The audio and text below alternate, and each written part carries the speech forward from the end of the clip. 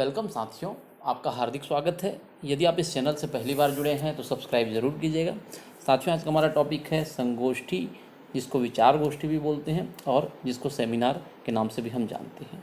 और साथ ही सामूहिक परिचर्चा, ग्रुप डिस्कशन के बारे में भी हम आज इस वीडियो में देखेंगे। तो आइए आज के हमारे टॉपिक पर आगे बढ़ते हैं।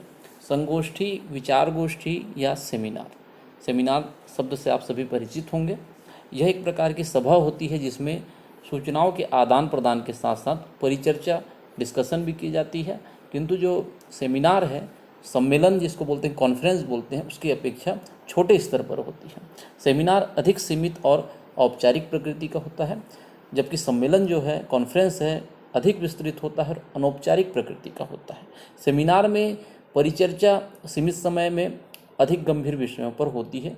प्रत्येक सदस्य को जो सेमिनार में विचार रखने पड़ते हैं और उसके पश्चात ही जो डिस्कशन है, परिचर्चा शुरू की जाती है। इसके कुछ स्तर के हिसाब से इनको 4 भागों में बांटा गया है। जैसे लघु संगोष्ठी या विचार गोष्ठी, लघु सेमिनार हम बोल सकते हैं। इस विचार गोष्ठी का मुख्य उद्देश्य छोटे स्तर पर किसी प्रकरण पर विचार विमर्श करना होता है। आरंभिक अवस्था में इस प्रकार की विचार गोष्ठी या सेमिनार का महत्व होता है। मुख्य संगोष्ठी, विचार गोष्ठी या सेमिनार कहें तो किसी विभाग या संस्था द्वारा ऐसे सेमिनार का आयोजन होता है। ऐसे सेमिनार जो है प्रति सप्ताह या प्रति माह एक बार नियमित रूप से आयोजित किया जा सकता है। राष्ट्रीय स्तर पर हम सेमिनार की बात करें तो ऐसे सेमिनार में प्रकरण संबंधी विशेषज्ञों को आमंत्रित किया जाता है और भागीदारों के व्यय का वहन संगठन द्वारा किया जाता है। जो सेमिनार है, विचार गोष्ठी है, संगोष्ठी स्थल है और विधियों को पूर्व में निर्धारित किया जाता है। अंतर्राष्ट्रीय संगोष्ठी की बात करें, सेमिनार की बात करें तो ऐसे सेमिनार की व्यवस्था राष्ट्रीय संगठन द्वारा की जाती है। इस प्रकार के जो सेमिनार में प्रकरण अधिक व्यापक और मौलिक होते हैं। तो ये इसके पर्यायवाची शब्द भी है, संगोष्ठी, विचार गोष्ठी, सेमिनार के। इसे भी आपकी जानकारी में होने चाहिए। इसके बाद हम देखते हैं संगोष्ठी या विचार गोष्ठी के लक्षण क्या क्या हो सकते हैं। पहला है कि जो विचार गोष्ठी का आशय एक छोटे समूह में विषय विशेषज्ञों के मध्य चर्चा करने से होता है। इनके मध्य जो चर्चा का विषय है अत्यंत ही उच्च शैक्षिक मूल्य वाला होगा। 2 या 3 दिन में विभिन्न सत्रों में विभाजित कर आयोजित की जा सकती है। संगोष्ठी, विचार गोष्ठी के फलस्वरूप सहयोग की भावना का विकास होता है और संगोष्ठी, विचार गोष्ठी, सेमिनार एक मौखिक रूप में व्यावसायिक संप्रेषण है। तो ये इसके लक्षण में शामिल है।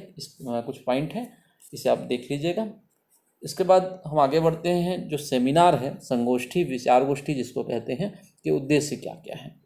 विश्लेषण एवं आलोचनात्मक क्षमताओं का विकास करना। उसके बाद सेकंड पॉइंट है निरीक्षण एवं अनुभवों के प्रस्तुतिकरण की क्षमताओं का विकास करना। विरोधी विचार तथा दृष्टिकोणों की सहनशीलता का विकास करना। विचारों में स्वच्छंदता तथा सहयोग की भावना का विकास करना और दूसरे की भावनाओं के प्रति सम्मान की भावना का विकास करना। ये इसके उद्देश्यों में शामिल है। इसे आप और अच्छे से देख लीजिएगा। इसके बाद हम आगे बढ़ते हैं। जो सामूहिक परिचर्चा, जिसके बारे में अक्सर चर्चा रहती, ग्रुप डिस्कशन जिसको हम बोलते हैं, परिचर्चा, सामूहिक परिचर्चा को हम ग्रुप डिस्कशन बोलते हैं, जो एक अध्ययन का एक अच्छा उपयोगी माध्यम माना जाता है। ग्रुप डिस्कशन के बारे में थोड़ी सी हम चर्चा कर लेते हैं। क्या विशेषताएं हैं, उसके लाभ क्या हैं, उसकी हानि क्या है। तो ग्रुप डिस्कशन जो वर्तमान में व्यावसायिक उपक्रम में, या तो आप स्टडी में कहें या व्यावसायिक परिप्रेक्ष्य में हम पढ़ रहे हैं, तो व्यवसाय उपक्रम में भी इसका बहुत बड़ा रोल होता है। सामूहिक परिचर्चा की विशेषताएं में देखते हैं। सहचिंतन एक विशेष प्रकार की बातचीत है। उसके बाद सेकंड पॉइंट है, बातचीत के लिए कोई ना कोई समस्या अनिवार्य होना चाहिए, जिससे समूह के जो सदस्य हैं उसमें सबका कोई ना कोई सरोकार हो। ऐसा कोई समस्या उनके बीच होना चाहिए। समस्या का जो मुख्य उद्देश्य है, समस्या का हल ढूंढना है, समाधान ढूंढना है।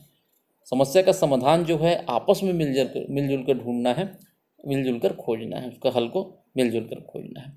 समूह को किसी स्थान विशेष पर आमने सामने उपस्थित होना पड़ सकता है और समूह में कम से कम 3 व्यक्ति और अधिकतम इससे ज़्यादा कई व्यक्ति हो सकते हैं। इसको 3 या 5 व्यक्तियों का जो समूह है उसको उत्तम माना जाता है। तो ये इसकी विशेषताएं में शामिल है, इसे आप और अच्छे से देख लीजिएगा। ग्रुप डिस्कशन की विशेषताओं के बाद हम देखेंगे ग्रुप डिस्कशन जो सामूहिक परिचर्चा उसके उद्देश्य क्या क्या है। पहला है विचारों का विनिमय करना। समूह जो है विचार विमर्श का मुख्य उद्देश्य समूह के सदस्यों की समस्या के संबंध में विचार विमर्श करना है। वे समस्या का हल करने के लिए अपने विचारों का विनिमय करते हैं। निर्णय लेने में सहायता करना, जो समूह परिचर्चा है उसमें निर्णय लेने में सहायक होता है। इसके अंतर्गत कुछ चुने हुए सदस्य संपूर्ण स्थिति से संबंधित विचार विमर्श करते हैं और एक उपयुक्त निर्णय लेते हैं जो अन्य सदस्यों को भी उस निर्णय से उसके बाद सबको अवगत कराते हैं। समस्याओं का समाधान करना, जो समूह परिचर्चा है, ग्रुप डिस्कशन है, विचार विमर्श का एक महत्वपूर्ण उद्देश्य इसका संगठनात्मक समस्याओं के लिए समाधान ढूंढना होता है। ग्रुप डिस्कशन का एक महत्वपूर्ण उद्देश्य संगठन की समस्याओं के लिए समाधान ढूंढना होता है, इसलिए समस्त सदस्य आपस में विचार विमर्श करते हैं, ग्रुप डिस्कशन करते हैं और समाधान के लिए अपने सुझाव देते हैं। तो ये इसके कुछ महत्वपूर्ण उद्देश्य हैं। इसके अलावा आपकी पुस्तक में, गाइड में और भी पॉइंट होंगे तो उसे आप ऐड कर लीजिएगा।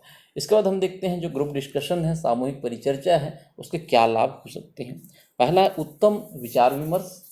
ग्रुप डिस्कशन के माध्यम से जो एक विमर्श होगा, विचारों का आदान प्रदान होगा और एक उत्तम जो है कोई सुझाव या उसका समाधान सबके बीच आएगा। इनके साथ ही आपस में जो उनके पारस्परिक मैत्रीपूर्ण संबंध है वो प्रगाढ़ बनते हैं।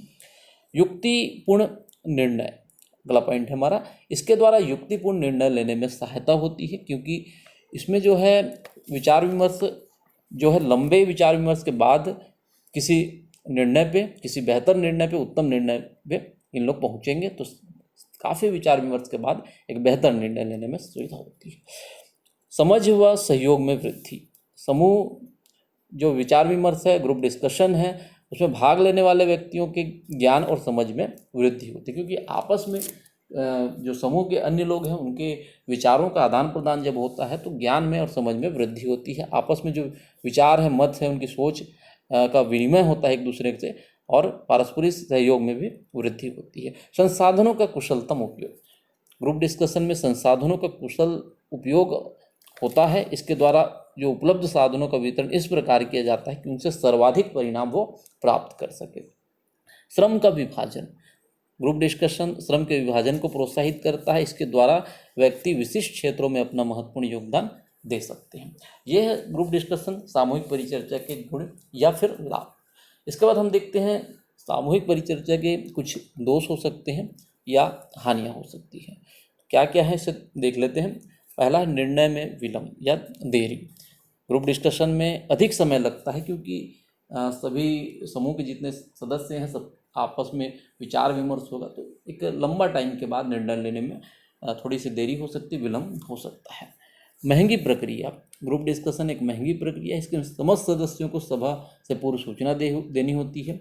उनके लिए जो भी हो, खाने पीने का, जलपान का या फिर जो भी व्यवस्था है उसके लिए उनको करना पड़ेगा व्यवस्था। धन का भी थोड़ा व्यय होता है और साथ ही एक थोड़ी सी महंगी प्रक्रिया ये मानी जाती है। सामूहिक मतभेदों की संभावना। ग्रुप डिस्कशन में हो सकता है सामूहिक मतभेदों की संभावना रहती है, क्योंकि कोई समाधान जब नहीं निकल पाता तो सदस्यों में हो सकता है आपस में एक हीन भावना या मतभेद की भावना हो सके। तो ये सामूहिक परिचर्चा, ग्रुप डिस्कशन के दोष या हानियाँ हैं, इसे आप और अच्छे से देख लीजिएगा। इसके अलावा सम्मेलन, जिसको कॉन्फ्रेंस कहते हैं, इसके बारे में थोड़ा बहुत देख लीजिएगा। वर्कशॉप, कार्यशाला बोलते हैं, इसको भी देख लीजिएगा। पर परीक्षा में सामूहिक परिचर्चा, ग्रुप डिस्कशन और जो पिछला टॉपिक हमने देखा संगोष्ठी, सेमिनार, ये 2 अनिवार्य रूप से आप बहुत अच्छे से तैयार कर लीजिएगा। इससे ही प्रश्न पूछे जाते हैं। साथियों, उम्मीद करता हूँ यह वीडियो आपके लिए यूजफुल और हेल्पफुल रहेगा। लाइक, शेयर, कमेंट के माध्यम से अपना प्यार देते रहें। Thank you.